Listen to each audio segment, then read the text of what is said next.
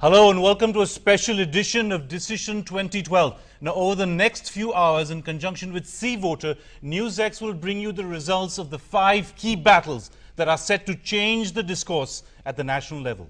That's right, to discuss the principal issues that arise from the result with particular focus on Uttar Pradesh, we have the pleasure of introducing our esteemed panel, India's finest political scholars, analysts and top politicians joining us in our studio. Let me begin by introducing Nawab Kazim Ali, Congress leader, joining us from Rampur in just a few moments. Kamal Farooqi, All India Muslim Personal Law Board member, with us in just a few moments. Sanjay Kaul, spokesperson of the Bharatiya Janata Party.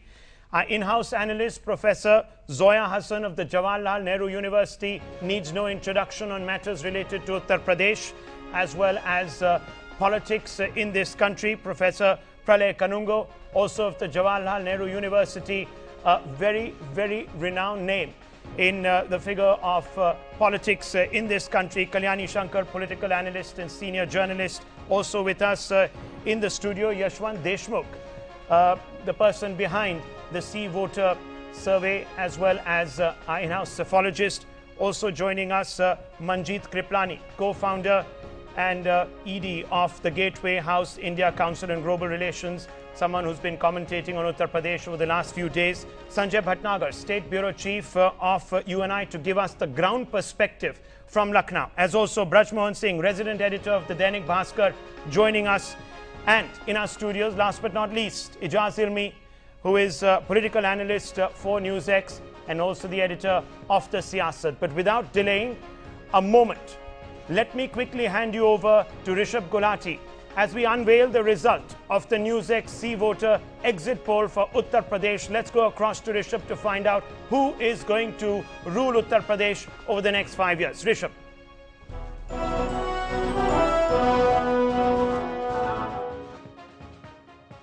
And here it is, the big verdict coming up now on your screens. It seems that clearly the SP coming out as the single largest party. That's the bottom line highlight to take away from the verdict. 141 seats, that's what NewsX and C-Voter are predicting for the Samajwadi Party. It's Mayawati losing her stranglehold over UP, which she's enjoyed over the past 5 years, only clocking in, according to our estimates, 126 seats. The big winning surprise for the BJP, that 83 clocking figure over there, that's the big deal for the BJP. It seems, at least apparently, that the Kushwaha tangle the party has been able to overcome. But the disappointment, the Congress and its ally, the RLD, only clocking together 47 seats, only 36 specifically for the Congress. That's the disappointment. Let's have a look at how the voting patterns played out for all the parties. Again, it's the 26%, 1% difference between the BSP and the SP that's really resulted in the 20 different seats that the two parties enjoy. The BJP clocking an impressive 20% of the vote share. The Congress and RLD combined only getting about 19. So how do the seats compare to what they were in 2007? Let's pull up that graphic on your screen. The comparison, very stark, specifically for the BSP. 80 seats down. For the Samajwadi Party, a bit of a comeback, 44, no clear majority, but a bit of a comeback.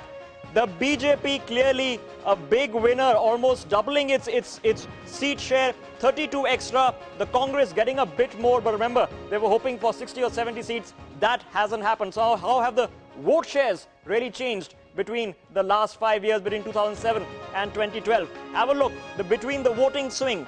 For the Congress, a plus 6% swing, but remember that started from a very small base, so not really taking their numbers to where they wanted. Let's have a look at how the BJP tallied up. Again, a positive 3% swing, but that's translated very well for them when it comes to the numbers of seats. It was then the BSP, one falling behind, a 3% shift in vote share. That's what we're predicting, and that's cost them almost 80 seats at the center. And as for the Samajwadi Party, a 1% uptick, that's what we are speculating, and that's what our exit poll has told us, and that's getting them the extra 50 seats. And of course, the others seeing a negative vote share of 7%. So what's the bottom line takeaways from the NewsX C-Voter exit poll? Firstly, it is a hung house come Tuesday when the results are likely to be announced. The Samajwadi Party likely now set to emerge as the single largest party. And it's not only that, Maya has lost her stranglehold in UP, but not done as badly as the Congress and the Samajwadi Party was hoping for. The BJP making significant and distinct gains in India's largest state. And Rahul's magic, it seems, has failed to translate his power to get people to attend his rallies, not really translating into votes on the ground. The Congress falling well short of their expectations. And for the centre, it seems that there are coalition talks now set to assume. And the last point that we can take away from this, that behind the scenes deal making is going to decide the future government of Uttar Pradesh.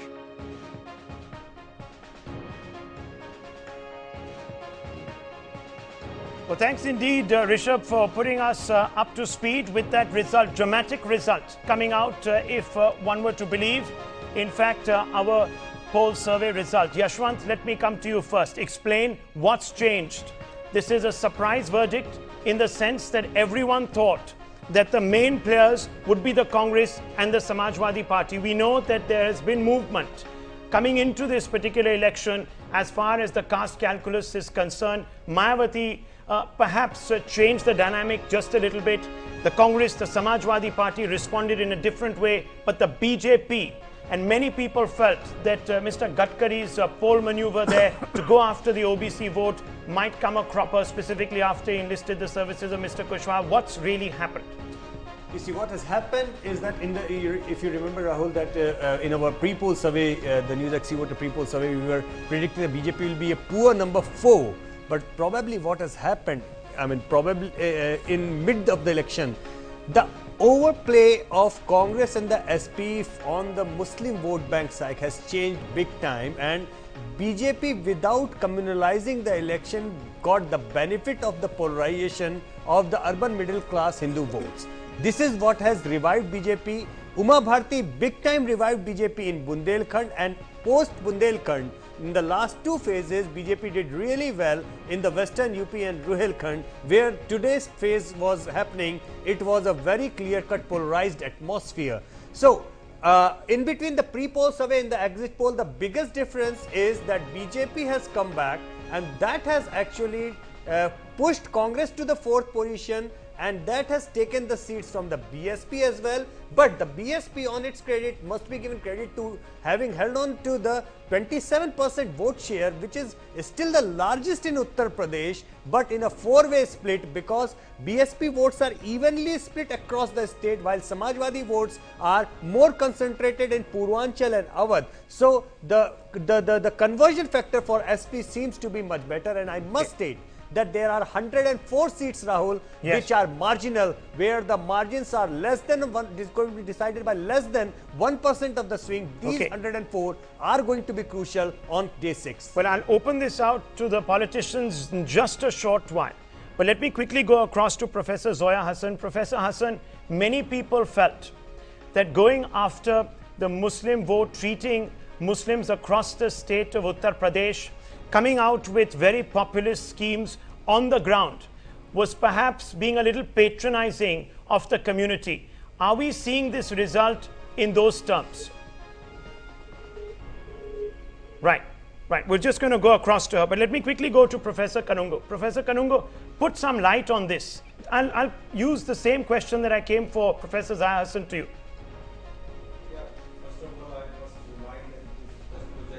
Exit poll, yes, it's not the results. True. So we must actually analyze it very cautiously and carefully. The first thing is that, I don't think it's a surprise results. I see that, there is a general prediction that the SP is going to be the number 1, party, and BSP is losing.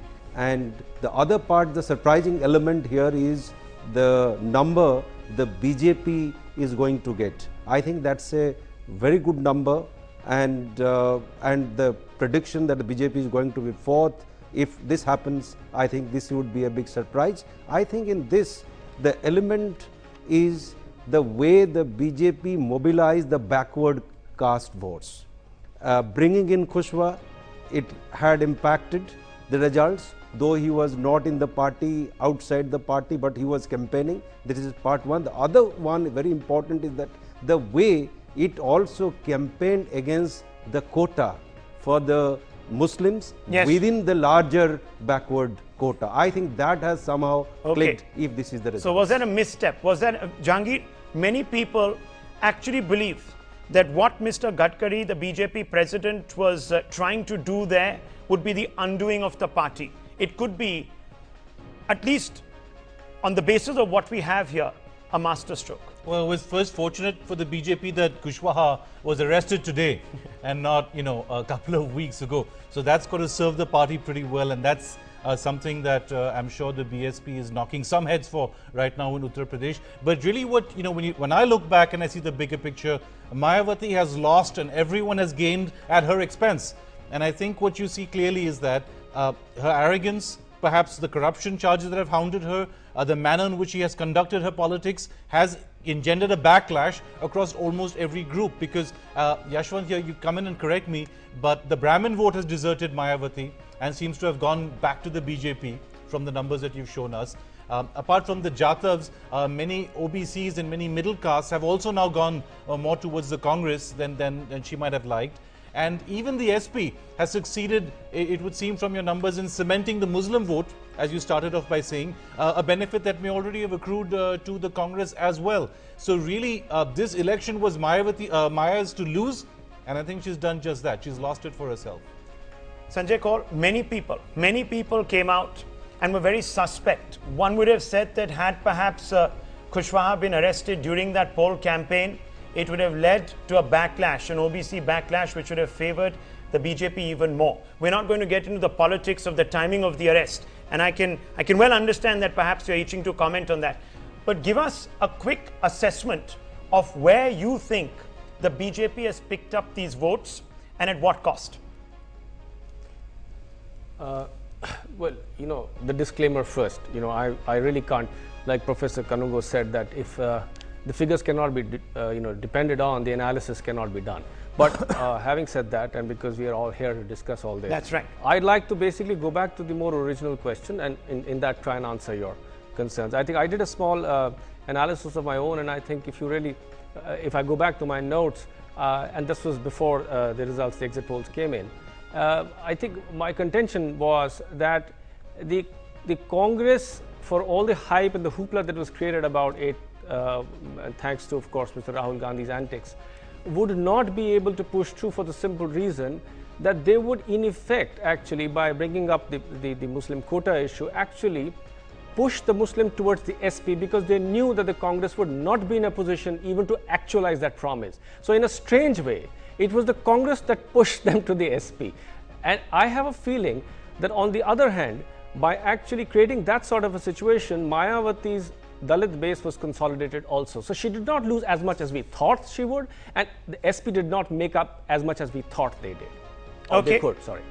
That's a holistic view. That's a holistic view. You haven't descended into the blame game. We're going to be taking a short break at this point, but when we return, we're going to investigate a little closer the response from the Congress party, because all around we were expecting the Congress to monumentally perhaps increase its figure. Will is going to be constituting a setback to Rahul Gandhi? What does it mean for the Congress party at the national level? What does it mean for its articulation of its ideology at the national level? And what would it actually mean for alignments a little further on? We'll come to that in just a few moments.